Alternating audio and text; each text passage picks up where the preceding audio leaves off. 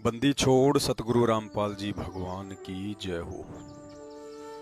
सत्साई भाई और बहनों, दया पूज्य गुरुदेव भगवान सतगुरु रामपाल जी परमेश्वर जी की, जिनकी असीम अनुकंपा से, जिनके विशेष आशीर्वाद से आप और हम सभी भाई बहन साध संगति से जुड़कर परमेश्वर की मर्यादा में रहकर उनके पूर्ण पद की भक्ति कर पा रहे हैं। गुरु को ही परमेश्वर मानकर, भगवान मानकर और गुरु के ही वचन पर चलकर इस कलयुग की पिछली पीढ़ी में बहुत ही कम बिरला आत्माएं होंगी जो चल पाएंगी और जो वर्तमान में चल रही हैं। एक छोटा सा और बहुत ही प्यारा संदेश आज आप सभी भाई बहनों को परमेश्वर जी के आशीर्वाद से दिया जाएगा और परमेश्वर जी की चरण सेवा करते करते हम परमेश्वर जी का गुणगान करेंगे, उनकी महिमा करेंगे और वो विशेष संदेश आप सभी भाई बहनों को देंगे। बहुत ही विशेष है, वीडियो को ध्यान से देखते रहिएगा। उससे पहले दास अपने पूज्य गुरुदेव भगवान से उनकी चरण सेवा का सुख व आनंद प्राप्त करने के लिए उनसे प्रार्थना करेगा। हे परमपिता परमेश्वर, हे बंदी छोड़, हे गुरुदेव भगवान, दास को अपनी चरण सेवा की आज्ञा दीजिए परवरदिगार। दास को अपनी चरण सेवा की आज्ञा दीजिए परवरदिगार। विशेष संदेशा देने से पहले हम परमेश्वर जी का जयकारा लगाएंगे। उसके बाद परमेश्वर जी की चरण सेवा करते करते आप सभी भाई बहनों को संदेशा भी सुनाएंगे। बंदी छोड़ सतगुरु रामपाल जी भगवान की जय हो। परमपिता परमात्मा, सारी सृष्टि के रचनहार, कुल मालिक, असंख्य ब्रह्मांडों के स्वामी, जगत गुरु, तीनों लोकों में प्रवेश करके सबका पालन पोषण करने वाले राजाधिराज, आत्माधार, नाथों के नाथ, देवों के देव महादेव, सर्वेश्वर, महेश्वर, मृत्युंजय, अजरो अमर, आदि अनादि, सनातनी प्रभु, जगत पिता जगदीश्वर, श्री श्री 1008 की उपाधि के वास्तविक अधिकारी, अकाल मूरत, सौद स्वरूपी राम वासुदेव, सर्वगतम ब्रह्म, परम पूज्य, प्रथम पूज्य, परम संत, परम पुरुष, परम धनी, परम दयालु, सत्य कबीर, हक्का कबीर, अल्लाहु कबीर, अल्लाहु अकबर, बाखबर, अल्लाह ताला, जगत के तारणहार, जगत के मुक्तिदाता, जगत के जगन्नाथ, हारे के सहारे, हिंदुओं के राम, मुसलमानों के अल्लाह, सिखों के वाहिगुरु, ईसाइयों के मसीह, दया के सागर दयानिधि, करुणा के सागर करुणानिधि, स्वयंभू परिभू, संकट मोचन, कष्ट हरण, मंगल करण, दुख भंजन, अविगत कबीर, निर्विकार निर्विषम परमात्मा, असली मर्यादा पुरुषोत्तम, आदि राम, आदि अनादि सतगुरु, अलय अलेख, असली घनश्याम, असली मनमोहन, असली कृष्ण, शहंशाहों के शहंशाह, राजाओं के राजा, महाराजाओं के महाराजा, सम्राटों के सम्राट, भगवानों के भगवान, अल्लाहों के अल्लाह, मसीहाओं के मसीह, सच्चे वाहिगुरु, संत शिरोमणि सतगुरु रामपाल जी परमेश्वर जी के चरण कमल में अनंत कोटि दंडोत प्रणाम। सत्साई भाई और बहनों, पूज्य गुरुदेव भगवान अक्सर हमें अपने सत्संगों में बार बार एक संदेशा देते हैं कि जब तक किसी भी व्यक्ति को जिस वस्तु की वो प्राप्ति कर रहा है या करना चाह रहा है, जब तक उसे उसके गुणों का ज्ञान नहीं होगा, तब तक वो उसकी प्राप्ति उस लगन और दृढ़ विश्वास के साथ नहीं कर पाएगा।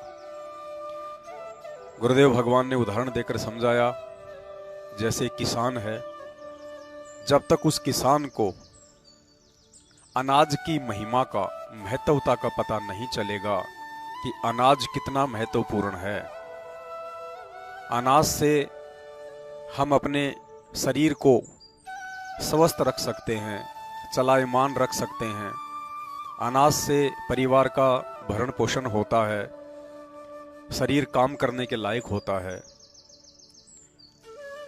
तो वो किसान उतनी ही मेहनत और विश्वास के साथ में अन्न पैदा करेगा, क्योंकि उसे अन्न की महत्वता का ज्ञान है। वो रातों को सर्दी के महीने में भी घुटनों घुटनों पानी में खड़े होकर गेहूं में पानी देगा, सरसों में पानी देगा। क्यों? क्योंकि उसे अनाज की महत्वता का पता चल गया। ठीक इसी प्रकार माता पिता अपने बच्चों को स्कूल भेजते हैं, कॉलेज भेजते हैं, उन्हें पढ़ाते हैं, इतना सारा रुपया पैसा खर्च करते हैं, उन्हें समय भी देते हैं। क्यों? क्योंकि माता पिता को शिक्षा की महत्वता का पता है कि शिक्षा कितनी महत्वपूर्ण है।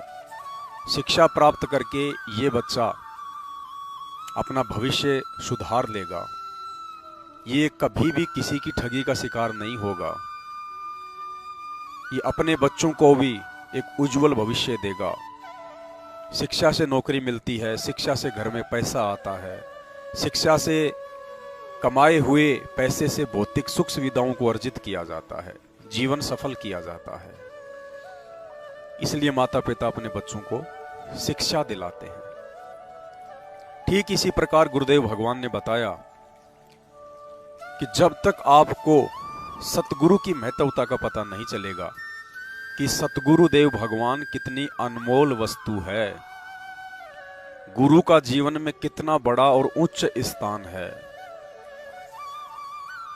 गुरु कौन होता है, गुरु क्या कर सकता है, जब तक हमें इन सब बातों का अच्छे से पता नहीं चलेगा, तब तक हम भले भक्ति करें, लेकिन हमारे अंदर गुरुदेव भगवान के प्रति जो भाव, श्रद्धा, लगन, विश्वास पैदा होना चाहिए वो नहीं हो पाएगा। भले हम भक्ति भी कर रहे हैं, दान पुण्य भी कर रहे हैं, सेवा भी कर रहे हैं,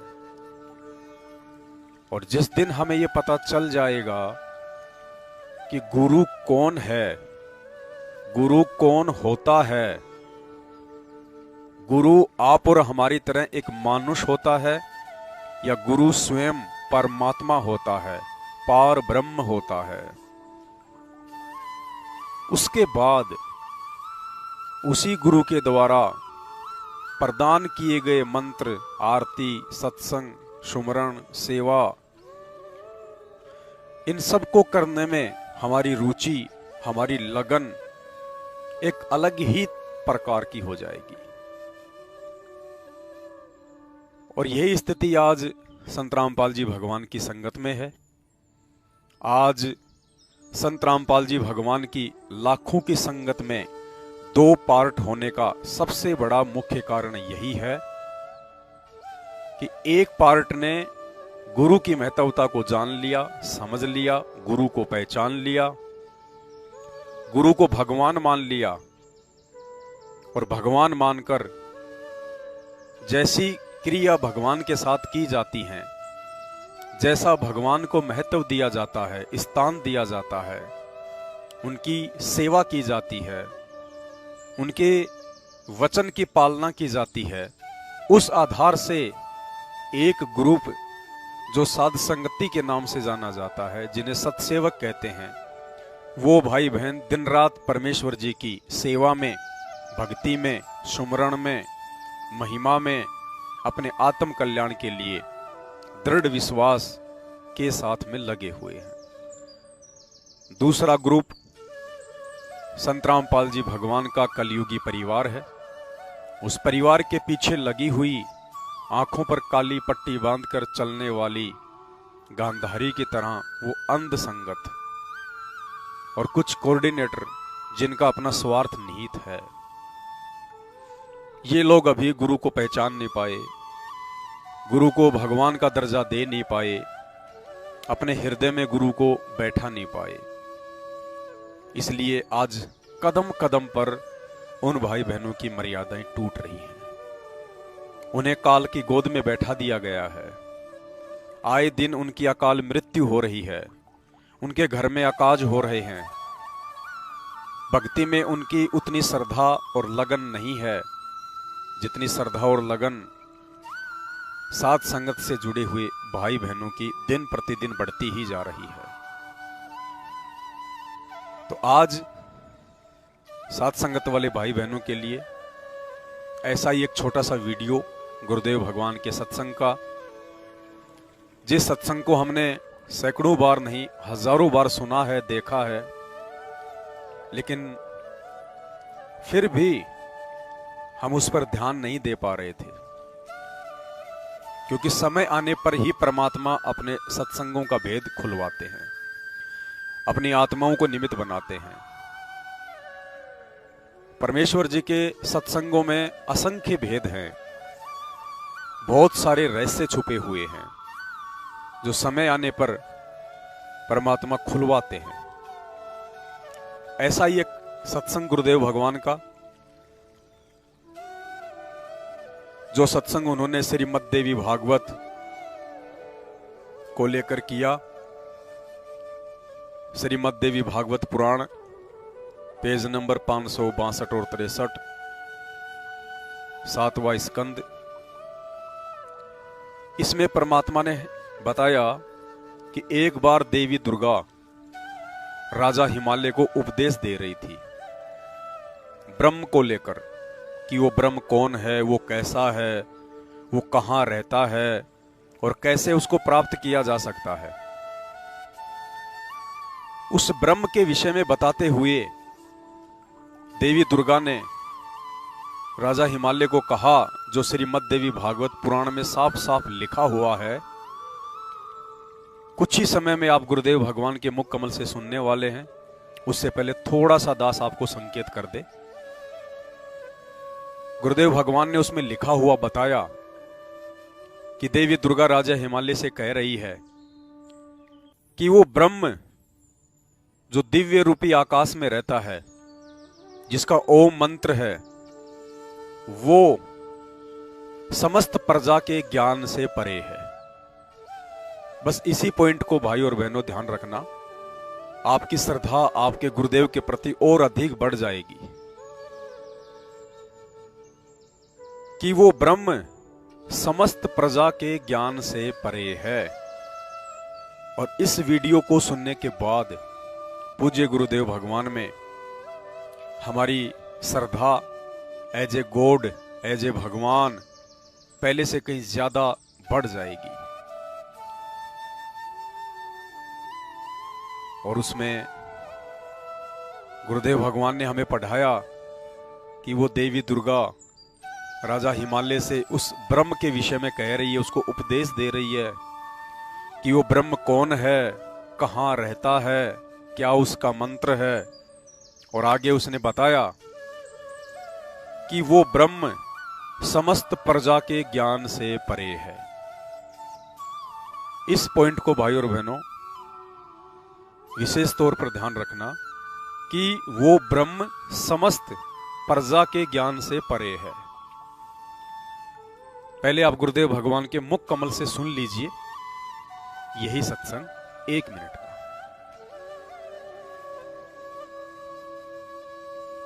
संक्षिप्त देवी भागवत।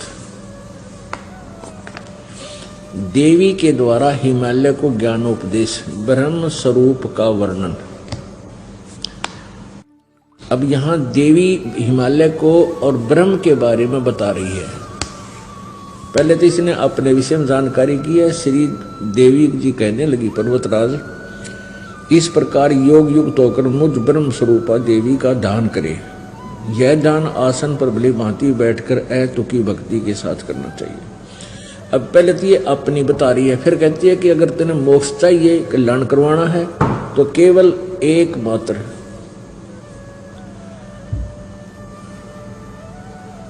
उस ब्रह्म का स्वरूप क्या है। अब कहती इस ब्रह्म की क्या स्वरूप है, यह बतलाया जाता है। जो प्रकाश रूप सबके अत्यंत समीप में सचित, हृदय रूप गुहा में सचित होने के कारण गुहाचर नाम से प्रसिद्ध है और महान पद है। आगे देखो, वह समस्त प्रजा के ज्ञान से परे है, अर्थात किसी की बुद्धि में आने वाला नहीं है, ऐसा तुम जानो। तो भाई और बहनों, परमेश्वर जी के मुख कमल से आपने सुन लिया, जिसमें स्पष्ट लिखा हुआ है, गुरुदेव ने अपने मुख कमल से बोलकर हमें सुनाया है कि वो ब्रह्म समस्त प्रजा के ज्ञान से परे है। वो किसी की भी बुद्धि में आने वाला नहीं है, किसी की भी बुद्धि में आने वाला नहीं है। समझ गए होंगे जो समझदार मेरे भाई बहन हैं, फिर भी थोड़ा विश्लेषण कर देता हूं। दुर्गा कह रही है कि वो ब्रह्म समस्त प्रजा के ज्ञान से परे है, किसी की भी बुद्धि में आने वाला नहीं है। अब सृष्टि रचना के माध्यम से हमें गुरुदेव ने बताया कि जो ब्रह्म है वो काल है, ज्योति निरंजन है, दुर्गा का पति, ब्रह्मा विष्णु महेश का बाप, 21 ब्रह्मांड का स्वामी है।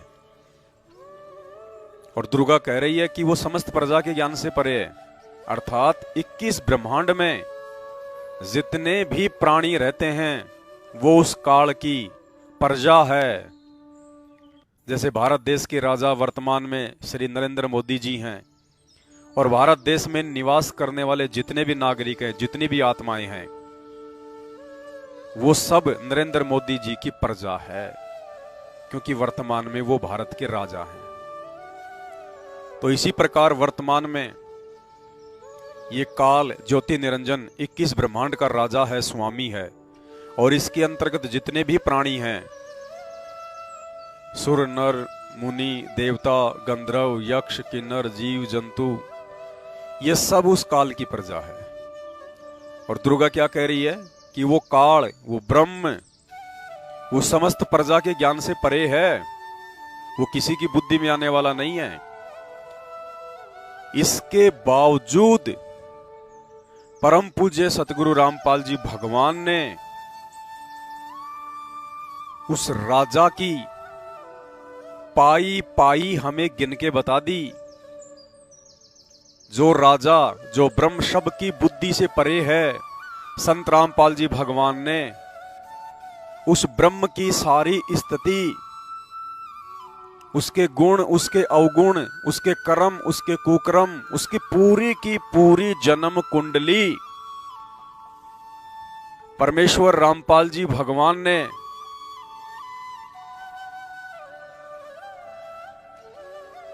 खोल के हम सबके सामने रख दी। दुर्गा तो क्या कह रही है कि वो समस्त प्रजा के ज्ञान से परे है, यानी 21 ब्रह्मांड का कोई भी प्राणी, देवी देवताओं से लेके मानव, कोई भी प्राणी उसके विषय में जान ही नहीं सकता, उसको पहचान ही नहीं सकता। लेकिन संत रामपाल जी ने इसके बावजूद उस ब्रह्म की जन्म कुंडली सृष्टि रचना के माध्यम से एक बार नहीं, लाखों बार सार्वजनिक तौर पर खोल के रख दी। दुर्गा कह रही है वो समस्त प्रजा के ज्ञान से परे है, वो किसी की बुद्धि में आने वाला नहीं। और संत रामपाल जी ने उस काल की जन्म कुंडली सबकी बुद्धि में फीड कर दी। भाई और बहनों, इसी से हम आइडिया लगा सकते हैं, इससे बड़ा प्रमाण और क्या चाहिए हमें, कि दुर्गा तो कह रही है कि वो सबकी बुद्धि से परे है, किसी की बुद्धि में आने वाला नहीं है, समस्त प्रजा के ज्ञान से परे है, यानी उसको कोई जान नहीं सकता। तो अब आप लोग स्वयं विचार करो, संत रामपाल जी भी तो इसी 21 ब्रह्मांड में रह रहे हैं, मानव शरीर में प्रकट होकर आम व्यक्ति की लीला कर रहे हैं। तो श्री देवी भागवत पुराण के अनुसार और दुर्गा जी के अनुसार, यदि संत रामपाल जी भगवान भी आप और हमारी तरह एक जीव होते, मां के गर्भ से जेर से लिपटकर आप और हमारी तरह जीव संज्ञा में पैदा होते, यदि ये मां के गर्भ से जन्म लेके आए हुए होते, यदि ये भी हमारे ही जैसे होते, तो काल इनकी बुद्धि में कैसे आ गया? इन्होंने पूरे विश्व में 21 ब्रह्मांड में सबसे पहले काल की जन्म कुंडली कैसे खोल दी? यदि संत रामपाल जी भी आप और हमारी तरह एक मानुष हैं, एक जीव हैं, एक व्यक्ति हैं, मां के गर्भ से जन्म लेके आए हैं, तो कैसे इन्होंने पूरा का पूरा भेद खोल के रख दिया। अब सतलोक के जो हम जहां से हम आए थे उस स्थान का भेद हमारे को किसी ने नहीं दिया, क्योंकि काल भगवान जिसके लोक में हम फंसे पड़े हैं, इसने हमें बंदी बना करके यहाँ रोक रखा है, हमारी दुर्गति कर रखी है। अब जिस लोक के हम रहने वाले हैं उस देश का वो मालिक आता है, हमारा पिता आता है, जो हम गलती से इस काल के जाल में फंसे हुए उनको समझाता है कि ये तुम्हारा मूल ठिकाना नहीं है। परमेश्वर स्वयं आते हैं और अपने तत्व ज्ञान का वो प्रचार स्वयं ही करते हैं, अपनी महिमा आप बताते हैं, अपने सतलोक के विषय में जानकारी देते हैं। उस सतलोक में हमें कितना सुख है। शंखों लहर मेहर की उपजे कहर नहीं जा कोई, दास गरीब अचल अविनाशी सुख का सागर सोई। भाई और बहनों, ये कलयुग की बिचली पीढ़ी है, धोखा मत खा जाना। परमेश्वर ने ये विज्ञान इन शास्त्रों का समस्त भाषाओं में अनुवाद, सरलीकरण, अक्षर ज्ञान, ये मोबाइल, सोशल मीडिया क्यों दी परमेश्वर ने? इसीलिए दी है कि हम अपने गुरुदेव भगवान की पहचान करके और इस भक्ति मार्ग में भक्ति, दान, सुमरण, सेवा का डूंडा उठा दें, क्योंकि ये मौका असंख्य कल्प युगों के बाद इस आत्मा को नसीब होता है। इसलिए अपने गुरुदेव को पहचान लीजिए कि ये आप और हमारी तरह इंसान नहीं है, ये इंसान के रूप में भगवान है। ये मनुष्य सदृश से जो आपको दिखाई दे रहे हैं, ये हाड़ मांस का शरीर नहीं है। परमात्मा कहते हैं, हाड़ चाम लहू ना मेरे, कोई जाने सतनाम उपासी, और तारण तरण अभय पद दाता, मैं हूं कबीर अविनाशी। 650 साल पहले धर्मदास जी भी यही धोखा खा गए थे। जब गुरुदेव भगवान उन्हें कहा करते थे कि धर्मदास, मैं आपकी तरह देही में नहीं हूं, मैं विदेह हूं, मेरा शरीर आपके जैसा नहीं है। धर्मदास को विश्वास नहीं हुआ। क्यों? क्योंकि वो कलयुग की बिचली पीढ़ी नहीं थी, वो मोक्ष का समय नहीं था। उस वक्त परमात्मा ने मूल ज्ञान नहीं दिया था, इसलिए दिन रात परमात्मा के चरणों में रहने के बावजूद भी धर्मदास जैसी आत्मा धोखा खा गई। लेकिन आज गुरुदेव भगवान ने कोई कसर नहीं छोड़ी है अपनी पहचान करवाने में। सर्वप्रथम तो परमेश्वर ने हम जीव आत्माओं को मानव शरीर प्रदान कर दिया, जिस मानव शरीर से ही परमेश्वर की प्राप्ति हो सकती है, भक्ति की जा सकती है, सत्संग सुने जा सकते हैं, सुमरण किया जा सकता है। अन्य योनियों में यह सुविधा उपलब्ध नहीं है। उसके बाद गुरुदेव भगवान ने शिक्षा दी, हमें पढ़ाया, लिखाया, अक्षर ज्ञान करवाया। फिर गुरुदेव भगवान ने हमें अपनी शरण में लिया, हमें सत्संग सुनाए, तत्व ज्ञान दिया, अपना आशीर्वाद दिया, हमारी बंद बुद्धि के दरवाजे खोले। सैकड़ों नहीं हजारों की संख्या में शास्त्रों को खोल खोल के, धर्म ग्रंथों को खोल खोल के स्वयं के परमेश्वर होने के विषय में प्रमाण दिए, सबूत दिए। यदि अब भी हम अपने गुरु की पहचान नहीं करेंगे, इन्हें परमेश्वर के रूप में नहीं मानेंगे, नहीं जानेंगे, भला कैसे फिर हमारा मोक्ष संभव है? और जब तक हम अपने गुरु को ही परमात्मा नहीं मानेंगे, तो स्पष्ट कर रखा है परमात्मा ने सत्संगों में कि जब तक आप अपने गुरु को परमात्मा नहीं मानते हैं, गुरु के रहते सहते यदि आप किसी और की पूजा करते हैं, किसी और को दंडवत करते हैं, किसी और के आगे ज्योति हवन यज्ञ करते हैं, किसी और के आगे आरती करते हैं, किसी और की फोटो अपने दरबार में और अपने घर में रखते हैं, जैसे आज 90% संगत पूर्ण परमेश्वर सतगुरु रामपाल जी भगवान के धरती पर सहशरीर प्रकट होते हुए एक कागज की काल्पनिक फोटो, दाढ़ी मूछ वाली फोटो, कबीर जी की उस कागज की फोटो को भगवान मानकर पूज रही है, उसे अपने दरबार में रखे हुए हैं, उसके आगे ज्योति जलाते हैं, दंडवत करते हैं, और प्रतिवर्ष जून के महीने में उस कागज की फोटो को कबीर भगवान मानकर उनका प्रकट दिवस मनाते हैं, भंडारे करते हैं, उन्हें भोग लगाते हैं।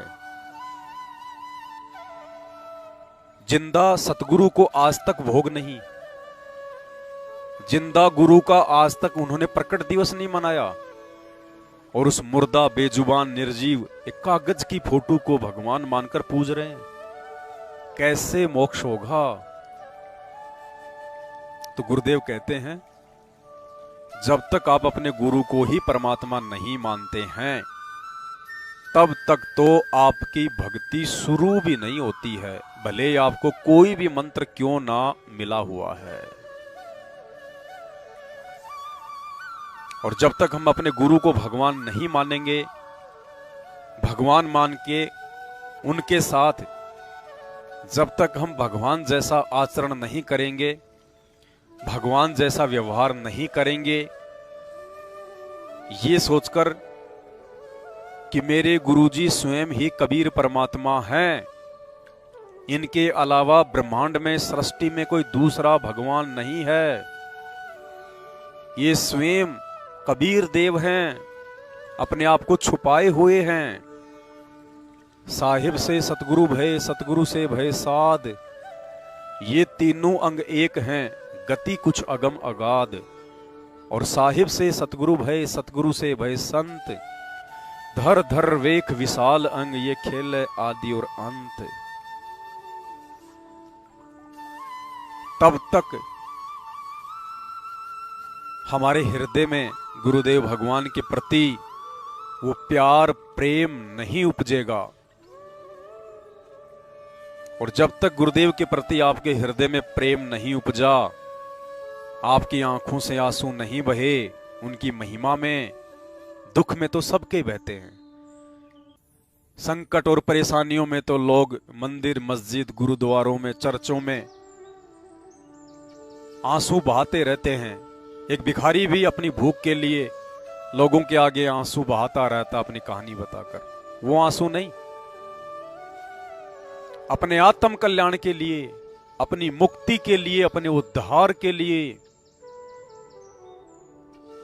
गुरुदेव के ज्ञान को आधार बनाकर कि परमेश्वर बड़े सौभाग्य से आप हमें नसीब हुए हो, हे परमात्मा, न जाने हमारे कौन से जन्म जन्मांतरों के ये शुभ कर्म रहे होंगे जो आपने इस मोक्ष टाइम में, इस प्राइम मुक्ति के पीरियड में आपने हम जैसे तुच्छ प्राणियों को मानव शरीर देकर अपनी शरण में ले लिया, शरणागत कर दिया। हे परमात्मा, आपने इस तत्व ज्ञान के माध्यम से अनमोल ज्ञान दे दिया कि यदि सतगुरु की शरण प्राप्त करने के बाद भी आपकी मुक्ति नहीं हुई, आपकी अपनी कमजोरी के चलते, गुरु को भगवान ना मान पाने के चलते, मर्यादाओं को तोड़ देने के चलते, देखा देखी करने के चलते, तो नेक्स्ट जीवन 84 लाख योनियों का, गधे कुत्ते सूअर का, असहनीय पीड़ाओं और कष्टों को भोगने का। ये सारी बातें विचार करके जब तक हमारी आंखों से आंसू नहीं बहेंगे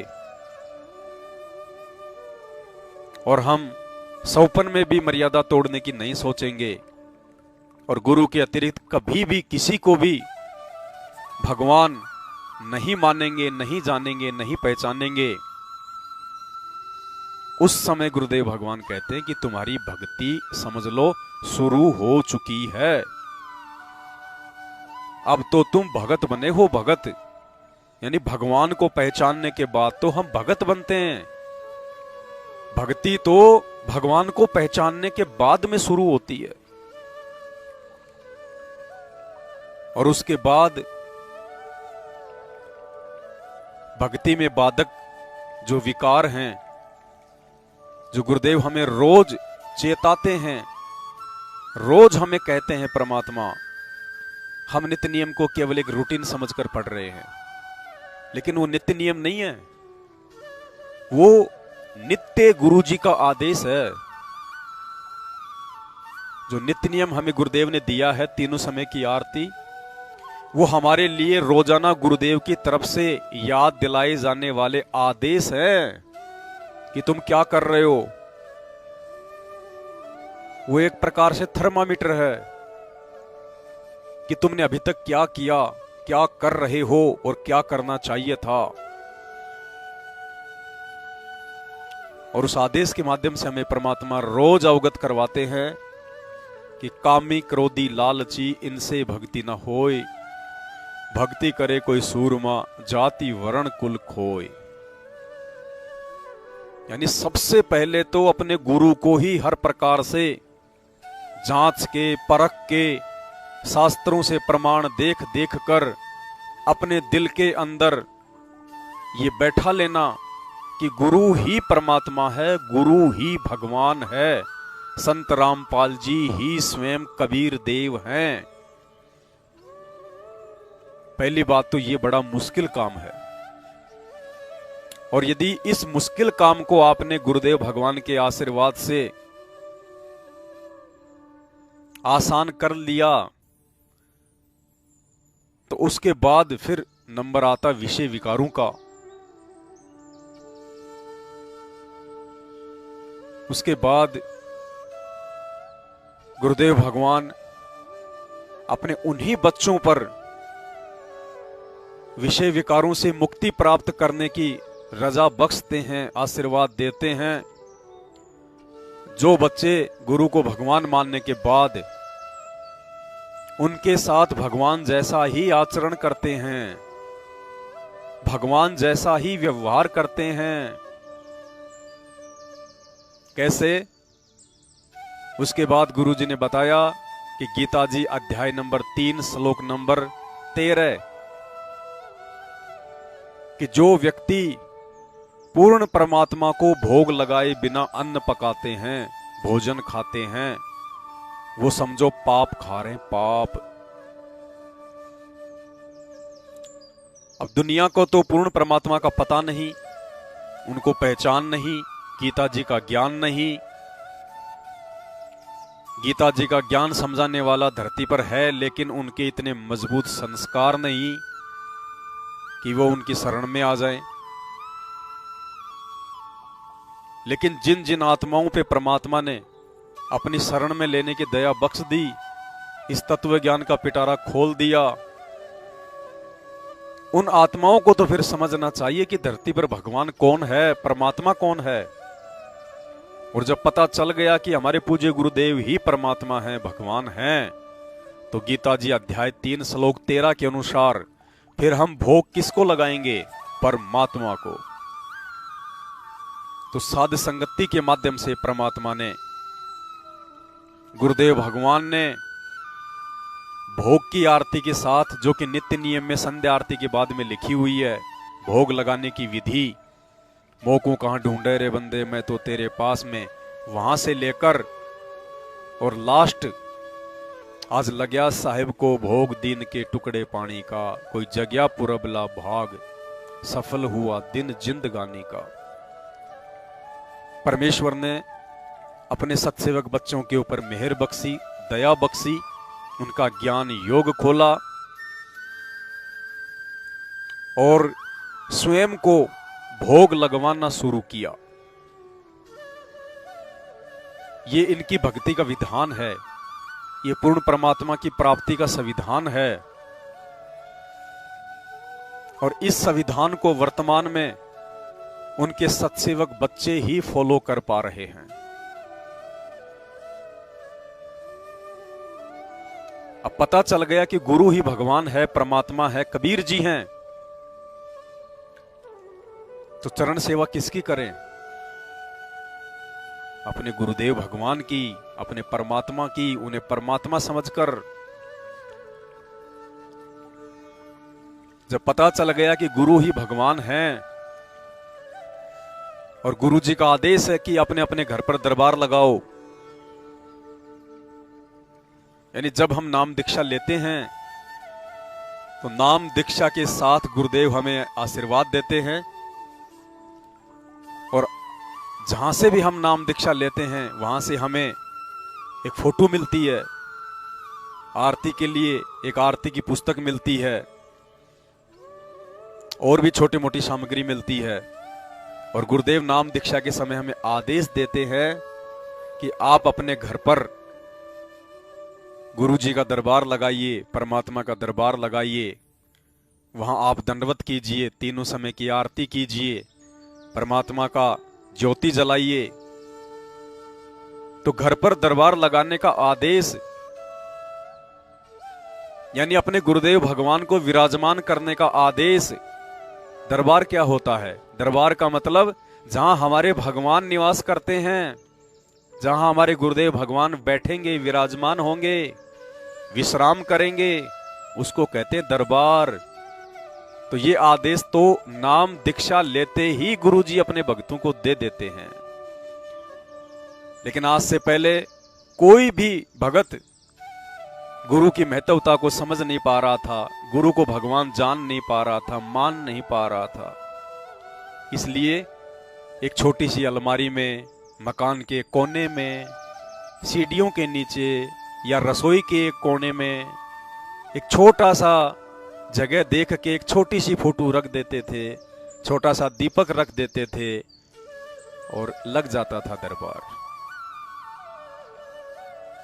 लेकिन अब परमेश्वर ने ज्ञान योग खोला है, क्योंकि ये कलयुग की बिचली पीढ़ी है और गुरु में हमारी अटूट श्रद्धा हुए बिना हम मोक्ष प्राप्त नहीं कर सकते। तो अब परमेश्वर ने अपनी पहचान करवाई, और जब पहचान हो गई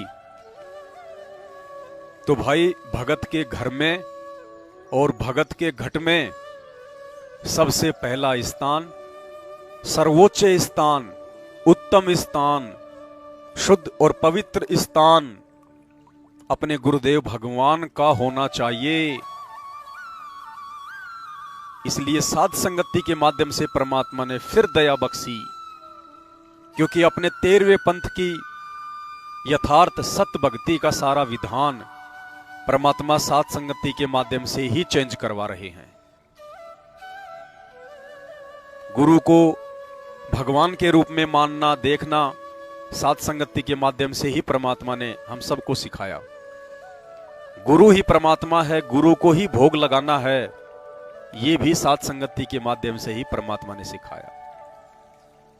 अपने घर पर, अपने दरबार में, अपने घट में अपने गुरु को ही पति परमेश्वर मानकर पतिव्रता की तरह केवल एक ही फोटो रखनी है, बाकी किसी की फोटो नहीं, ना दादा गुरुदेव की, ना गरीबदास जी की, ना पंडित चिदानंद जी की, ना ही काल्पनिक दाढ़ी मूछ वाले कबीर जी की।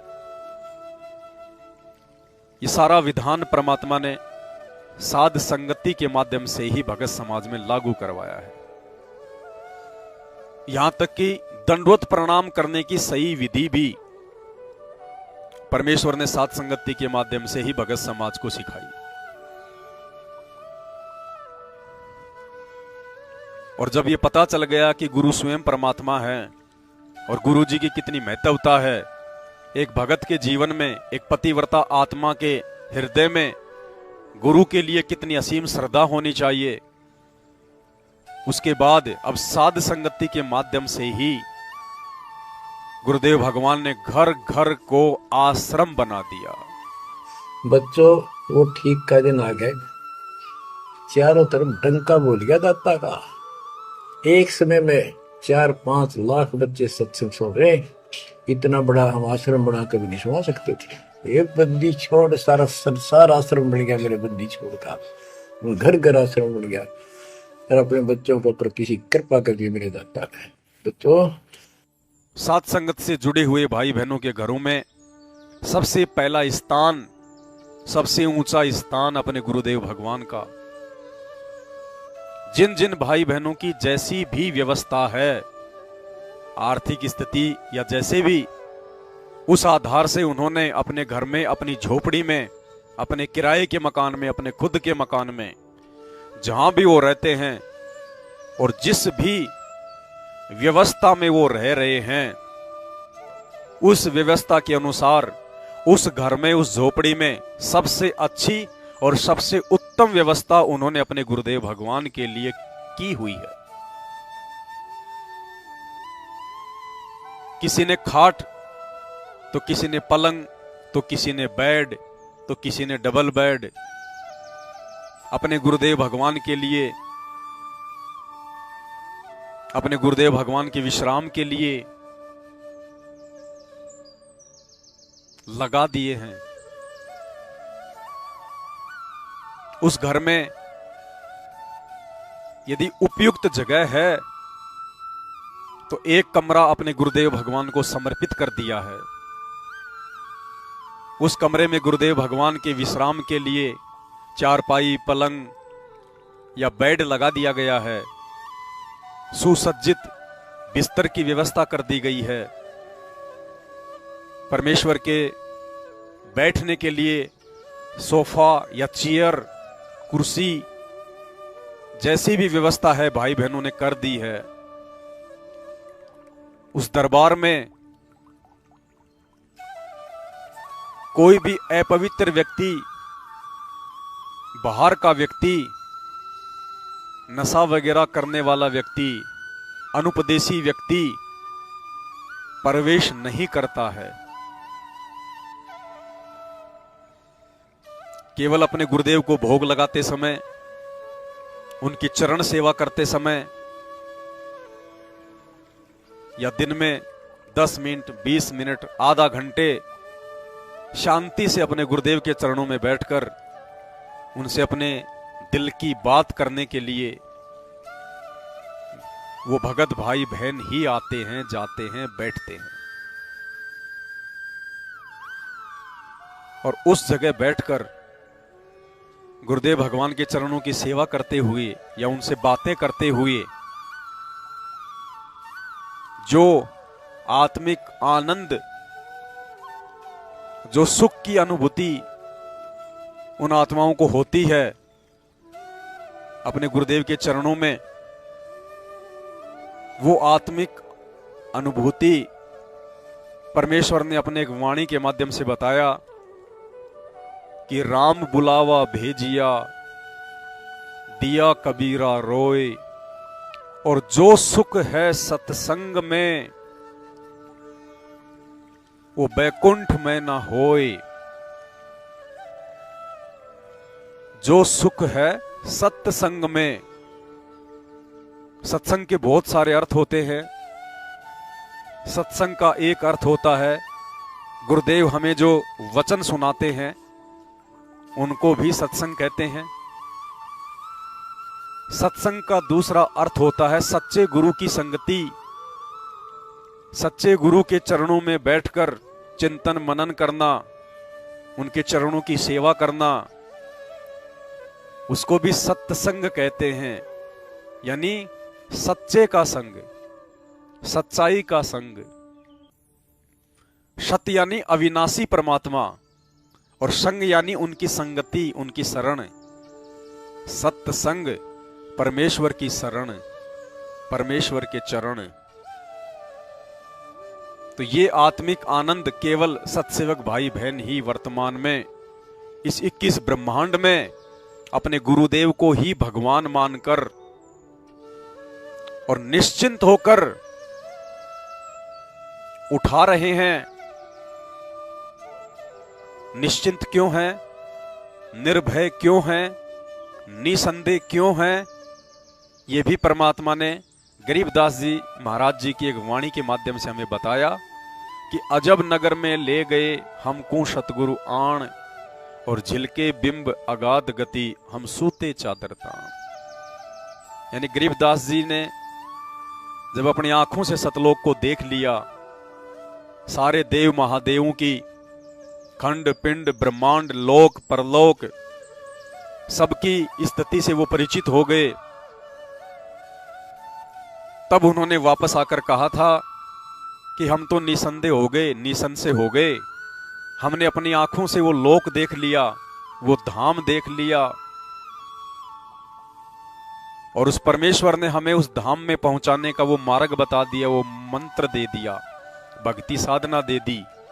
अब यदि हम आजीवन मर्यादा में रहेंगे और गुरु को भगवान मानेंगे तो हमारी मुक्ति में, हमारे संदेह में, तो हमारी मुक्ति में, हमारे मोक्ष में कोई संदेह नहीं है। हम तो चादर तानकर सो गए। तो भाई और बहनों, आदरणीय गरीबदास जी महाराज जी को सतगुरु रामपाल जी भगवान ने, इस पूर्ण परमात्मा ने उनकी आंखों से सतलोक दिखा दिया था, और आज परमेश्वर ने, गुरुदेव भगवान ने हमें अपने इस तत्व ज्ञान से सतलोक दिखा दिया है। परमात्मा कहते हैं, भाई जो गुरु वचन पर डट गए कट गए फंद 84 के। आज हमने अपने गुरुदेव के वचनों को ही आधार मानकर एक प्रकार से उनको दिव्य दृष्टि मानकर, क्योंकि जब परमेश्वर सतलोक की बात करते हैं, वहां के सुखों का वर्णन करते हैं, तो हमारी दिव्य दृष्टि, हमारे वो मन की आंखें, हमारे हृदय की आंखें सतलोक में जाके टिक जाती हैं। हमने इस चरण दृष्टि से उस अमरलोक को नहीं देखा, लेकिन जो हृदय की आंखें हैं, क्योंकि 4 नयन बताए परमात्मा ने। मालिक कहते हैं, माया का रस पिया कर फूट गए पट 4, और ऐसा सतगुरु हम मिला लोयन संख उधार। 4 पट बताई परमात्मा ने, 4 नयन, 2 ये सांसारिक आंखें और 2 हृदय की आंखें। तो जब भी परमात्मा अपने सत्संगों में उस अमर धाम सतलोक के सुखों का वर्णन करते हैं, तो परमेश्वर जी के इस तत्व ज्ञान आधार से हमारे हृदय की आंखें सतलोक में टिक जाती हैं कि हमारे बाप जो कह रहे हैं, हमारे पिताजी जो कह रहे हैं, वो परम सत्य है। उसमें रत्ती भर भी संदेह की गुंजाइश नहीं है, रत्ती भर भी। और अपने बाप के प्रवचनों पर, अपने भगवान के वचनों पर जो निसंदेह होकर आंखें बंद करके चलता है, ब्लाइंड फेथ कर करके चलता है, परमात्मा कहते हैं इस पिछली पीढ़ी में वो ही आत्माएं पूर्ण मोक्ष प्राप्त कर पाएंगी। उदाहरण भी दिया परमात्मा ने कि हर किसी को सतलोक नहीं दिखाया जाता। आज से पहले उन चंद आत्माओं को केवल सतलोक इसलिए दिखाया ताकि वर्तमान में तुम लोगों को यह विश्वास हो जाए कि गुरुजी जो कह रहे हैं, गुरुजी जो बता रहे हैं, वो झूठ नहीं है, बिल्कुल सत्य है। हमारे विश्वास के लिए, हमारी मुक्ति के लिए परमात्मा युगों युगों से प्रयत्न कर रहे हैं। उन आत्माओं को हमारे लिए परमात्मा सतलोक में लेके गए। उन आत्माओं के द्वारा हमारे लिए परमेश्वर ने मोटे मोटे वो ग्रंथ लिखवाए ताकि हमें यकीन हो आज, और अपने गुरुदेव भगवान के प्रत्येक वचन पर हम आंख बंद करके विश्वास करें। और कैसे मोक्ष प्राप्त करेंगे हम? सिर्फ गुरु वचन पर चलकर। सबसे पहला गुरु वचन होता है, गुरु जी हमें जो ज्ञान दे रहे हैं, जो बातें बता रहे हैं, जो आज से पहले हमने नहीं सुनी, नहीं देखी, उन बातों पर हम दृढ़ विश्वास करें। और दूसरा वचन है पूज्य गुरुदेव जी के द्वारा नाम दीक्षा के समय उस नाम को सही प्रकार से संभाल कर रखने के लिए, उस नाम से समस्त लाभ प्राप्त करने के लिए, उस नाम की भक्ति से मोक्ष प्राप्त करने के लिए वो नियम, वो मर्यादाएं, तो ये दोनों वचन हमने आज पूर्ण रूप से निभाने पड़ेंगे। अन्यथा कोई भी उम्मीद ना करे, भले ही भगवान धरती पर है, भले ही वो हमारे गुरुदेव हैं, भले ही हमें उनसे नाम मिल गया, ज्ञान मिल गया, उनका आशीर्वाद मिल गया, लेकिन इतना सब कुछ होने के बाद भी यदि हमें उनकी मेहर नहीं मिली, और मेहर के विषय में गुरुदेव ने बताया, मेहर का मतलब होता है जब तुम अपने गुरु को भगवान मानकर उनके प्रत्येक वचन और मर्यादा में चलते हुए अपने आत्म कल्याण की दिशा में आगे बढ़ोगे, उससे तुम्हारे गुरुदेव प्रसन्न होंगे। तुम्हारी उन क्रियाओं को वो अंतर्यामी गुरुदेव भगवान तुमसे दूर होते हुए भी पल पल देख रहा है, सीसीटीवी कैमरे की तरह, क्योंकि वो अंतर्यामी है। अंतर्यामी एक तुम आत्म के आधार, जो तुम छोड़ो हाथ तो मोय कौन उतारे पार। जब गुरुदेव देख लेता है कि ये मेरा बच्चा मेरी गैर हाजिरी में, मेरी पीठ पीछे भी दुनिया की बातों में आके, काल प्रेरित लोगों की बातों में आकर, उनके विश्वास में आकर मेरे द्वारा दी गई मर्यादाओं को नहीं तोड़ रहा है, मेरे वचन पर चल रहा है, गुरु को ही भगवान मान रहा है, पतिव्रता पद की भक्ति कर रहा है, तो परमेश्वर कहते हैं नुक्ते ऊपर रीजे गारे, करोड़ कर्म जल जाए तुम्हारे। तो भाई और बहनों, हमने हर वो क्रिया करनी है। ये 2014 बरवाला कांड के बाद से हमारी परीक्षा का समय है। 27 साल से अनमोल ज्ञान देने के बाद, हर तरह से अपने भक्ति विधि विधान को समझाने के बाद, आज जानबूझकर ये परमात्मा आप और हमसे हिसार जेल में दूर होकर बैठा है, हमारी परीक्षा के लिए, हमें जांचने और परखने के लिए, हमें देखने के लिए कि ये मेरे वचन पर कितने दृढ़ होकर चल रहे हैं, ये अपने गुरु को कितना पहचान पाए, कितना जान पाए, ये कितने कच्चे और कितने पक्के हैं। परमेश्वर कहते हैं गरीब कच्चा हीरा कृच हो, नहीं सह घन भार, ऐसा ये मन हो रहा लेखा लेकर तार। तो भाई और बहनों, अब गलतियां करने का समय बिल्कुल भी नहीं है। अब तो हमने ज्यादा से ज्यादा परमेश्वर की सेवा, सत्संग, सुमरण, महिमा, गुणगान इत्यादि करने का समय है। जितना हम इस परमेश्वर को खुश कर लेंगे और जितना जल्दी कर लेंगे, इनके हृदय में समाने के लायक हो जाएंगे। और हृदय में समाने की भी वही विधि है और दूसरी धरती पर नहीं है कि गुरु भगता मम आत्म सोई और वाके हृदय रहूं समोई। परमेश्वर अपने आप को छुपाते हुए, क्योंकि ये स्वयं ही परमात्मा है, स्वयं ही ये गुरु हैं, लेकिन फिर भी इस काल लोक के हिसाब से, क्योंकि जीवों की बुद्धि इतनी जल्दी स्वीकार नहीं कर पाती है कि गुरु ही भगवान होता है। कई वर्ष तो हमें ये सोचने में लग जाते हैं कि ये तो हमारे जैसा इंसान है, इंसान भगवान कैसे हो जाता है। लेकिन परमात्मा कहते हैं गरीब निर्गुण सरगुण एक है, दूजा ब्रह्म विकार, और निर्गुण साहिब आप हैं, सरगुण संत विचार।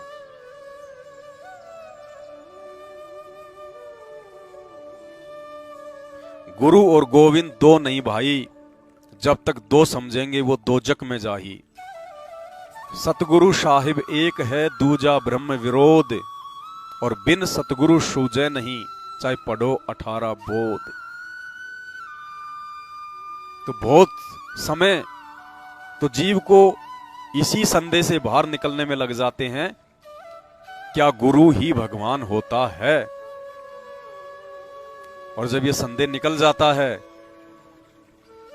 तो परमेश्वर कहते हैं गुरु भगता में मातम सोई, वाके हृदय रहूं समोई। कि जो गुरु जी का पक्का भगत होता है, और गुरु का पक्का भगत कौन होगा? जो गुरु को ही परमात्मा मानेगा, अपना पति परमेश्वर मानेगा, आत्मा का आधार मानेगा, कदम कदम पर अपना साथी मानेगा। तमेव माता च पिता तमेव, तमेव बंधु च सखा तमेव, तमेव विद्या च द्रविणम तमेव, तमेव सर्व मम देव देव। साधु माई बाप हैं, साधु भाई बंद, साधु मिलावे राम से काटे यम के फंद। गुरुर ब्रह्मा गुरुर विष्णु गुरुर देवो महेश्वर, गुरुर साक्षात पार ब्रह्म तस्मै श्री गुरुवे नमः। उसके बाद गुरुदेव कहते हैं कि गुरु भगता मम आत्म सोई, जो गुरु का भगत होगा मैं उसके हृदय में समाया रहूंगा, वो मेरी असली आत्मा है। गुरु भगता मम आत्म सोई, वाके हृदय रहूं समोई। 68 तीर्थ ब्रह्म ब्रह्म आवे, 100 फल गुरु जी के चरणों में पावे। उसके बाद हमें कहीं तीर्थों पर, धामों पर, मंदिरों में, मस्जिदों पर धक्के खाने की आवश्यकता नहीं है। यद्यपि गुरुदेव की गैर हाजिरी में यदि गुरुदेव के नाम से भी आश्रम खोल रखे हों या आश्रम खुले हों, हमने वहां भी धक्के खाने के लिए नहीं जाना, और ना ही 8 साल से हम साथ संगत वाले उन फर्जी सतलोक आश्रमों में धक्के खाने के लिए जाते हैं, जहां सिर्फ और सिर्फ गुरुदेव के आदेशों की आड़ में, उनके नाम की आड़ में, उनके काल प्रेरित कलयुगी परिवार ने धर्म को धंधा बना रखा है। पाठ पाठ पाठ पाठ, ज्योति ज्योति ज्योति ज्योति, और कुछ नहीं, सिर्फ माया, सिर्फ पैसा। और यही कारण है इस माया का रस पीकर वो डामाडोल हो चुके हैं। वो गुरु को भगवान नहीं मान पा रहे, गरीब माया का रस पिया कर हो गए डामाडोल। और ऐसे सतगुरु हम मिले, ज्ञान योग दिया खोल। साथ संगत वालों का परमेश्वर ने जब से उनको भगवान माना है, उन्होंने हमारा ज्ञान योग खोल दिया। और वो सतलोक आश्रम मैनेजमेंट वाले, गुरुदेव के कलयुगी परिवार वाले, जिन्होंने गुरु को केवल मानुष माना और गुरु के रहते सहते वो दाढ़ी मूंछ वाले कबीर जी को भगवान मानकर उनका प्रकट दिवस मनाते हैं, उसको भोग लगाते हैं, तो परमेश्वर कहते हैं माया का रस पिया कर वो हो गए डामाडोल। आज वो डामाडोल हो चुके हैं। गुरुदेव के वचनों के विरुद्ध दुनिया के लिए बैडमिंटन का स्टेडियम बना रहे हैं, भगत समाज से गंदी राजनीति करवा रहे हैं, कभी बीजेपी तो कभी कांग्रेस को वोट डलवा रहे हैं। प्राइवेट ब्लड बैंक को, प्राइवेट हॉस्पिटल को दे दान और रक्तदान के नाम पे भक्तों के शरीर का व्यापार कर रहे हैं, उनकी मर्यादाएं तोड़वा रहे हैं। एक विशेष मेहर परमात्मा ने यह साथ संगत पर ही रखी है, जो परमेश्वर ने गुरु को भगवान भी मनवाया। भगवान मनवाकर भगवान के साथ में कैसा व्यवहार किया जाता है, कैसा आचरण किया जाता है, भगवान के प्रति कैसी श्रद्धा और भाव होने चाहिए, वो परमेश्वर ने साथ संगति के माध्यम से अपने बच्चों को सिखाया। और आज परमात्मा उस आत्मिक आनंद की क्षण क्षण अनुभूति करवा रहे हैं, जिस आत्मिक आनंद को प्राप्त करने के लिए देवी देवता भी तरस रहे हैं, क्योंकि वो आत्मिक आनंद पूर्ण परमेश्वर जो कि तत्वदर्शी संत की भूमिका करके स्वयं ही अपना ज्ञान प्रचार करते हैं, अपने सतलोक के विषय में जानकारी देते हैं, उनकी शरण में आने के बाद ही प्राप्त किया जा सकता है।